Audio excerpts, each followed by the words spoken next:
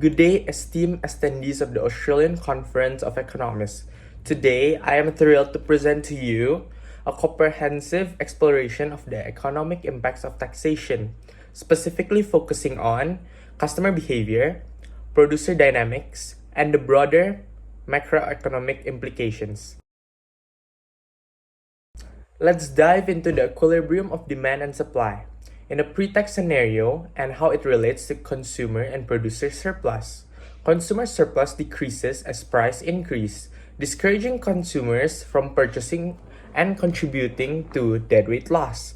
By reducing consumer benefits, meanwhile, producer surplus declines when lower prices lead to reduced sales, increasing deadweight loss by diminishing producer advantages. The deadweight loss is caused from imposing consumption tax on the supply side. Taxes such as GST or VAT increase the cost of goods for customers, which may cause them to spend less on the impacted items and decrease overall consumer expenditure. This motivation and capacity of business to maintain pre-tax level of production may also be affected by the increased manufacturing costs resulting from taxes, which could cause the supply curve to move left and decrease overall supply. Furthermore, the decrease in consumer spending triggers a decline in overall demand in the economy. The upward shift of the supply curve due to the tax elevates the market price above the pre-tax level, leading to reduced consumer demand as individuals face higher prices for the same quantity of goods, resulting in a movement along the demand curve. Producer surplus also suffers as the tax leads to lower price received by producers, thus reducing their profits. The contraction in consumption and production creates a gap between the initial and final equilibriums, manifesting as deadweight loss, marked in black in the diagram. Deadweight loss represents market inefficiency and underproduction due to taxation, capturing the combined decline in consumer and producer welfare. Tariffs, essentially taxes on imported goods imposed by governments, have a direct impact on market dynamics within a free trade framework. Under normal circumstances, market equilibrium is established where domestic supply intersects with global demand curves. However, when tariffs are introduced, this equilibrium is disrupted.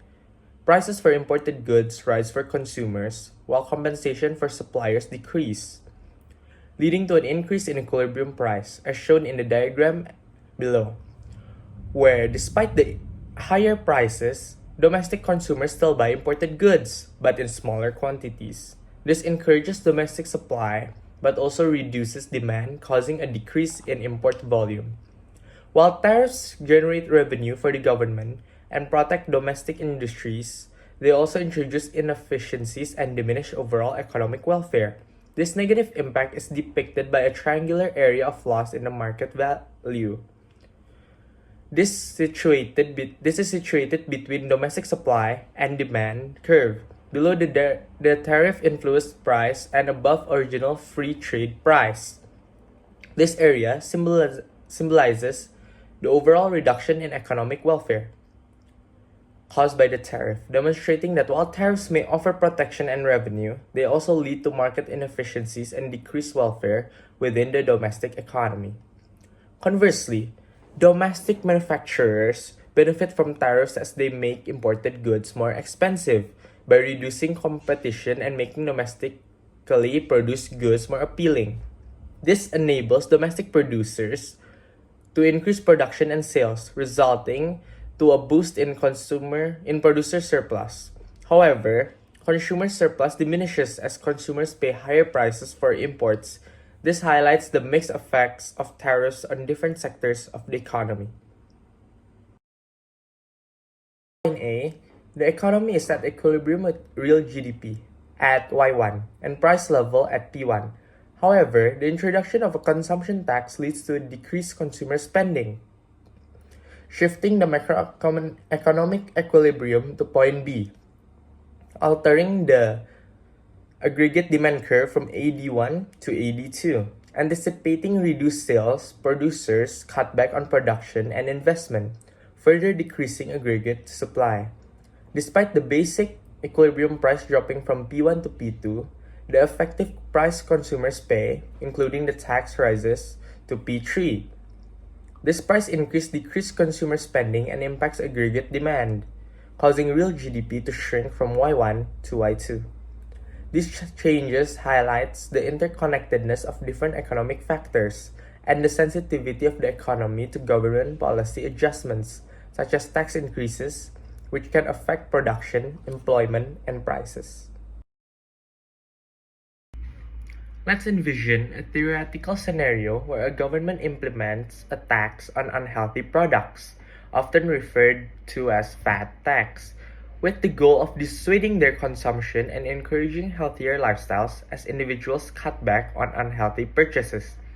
Due to the tax, they may find themselves with more disposable income to allocate towards other expenditures. Consequently, this could trigger a surge in consumer spending on alternative goods and services, causing the aggregate demand curve to shift rightward from AD1 to AD2 in the ADAS model.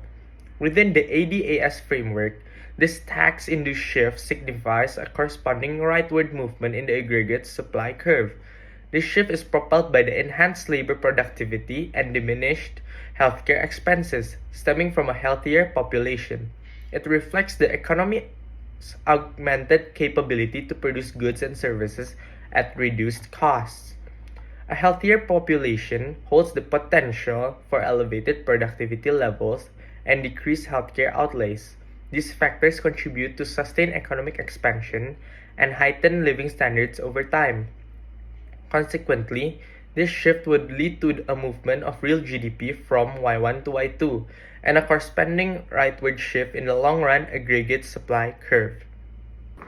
An econometric model can be employed to examine the correlation between taxes designed to enhance public health and economic growth. For example, fat taxes, which are implemented globally, levy taxes on unhealthy products to mitigate health risks. By integrating the fat tax as an independent variable and health outcomes as the dependent variable into the model, the potential impact can be elevated. Directed acrylic graphs are utilized to analyze the cause of relationships in this context, enhancing the reliability of the empirical study. While fat taxes are expected to positively impact public health, they may initially have an adverse effects on the economy due to a negative wealth effect. However, the improved health could ultimately lead to increased productivity levels, thereby enhancing real GDP and the overall economic outlook over time. This analysis incorporates economic variables to elucidate both negative and positive outcomes, providing comprehensive insight into the actual effects of fat taxes. Thank you all for joining me today to explore the impacts of taxation on our economy. Your participation and interests are greatly appreciated.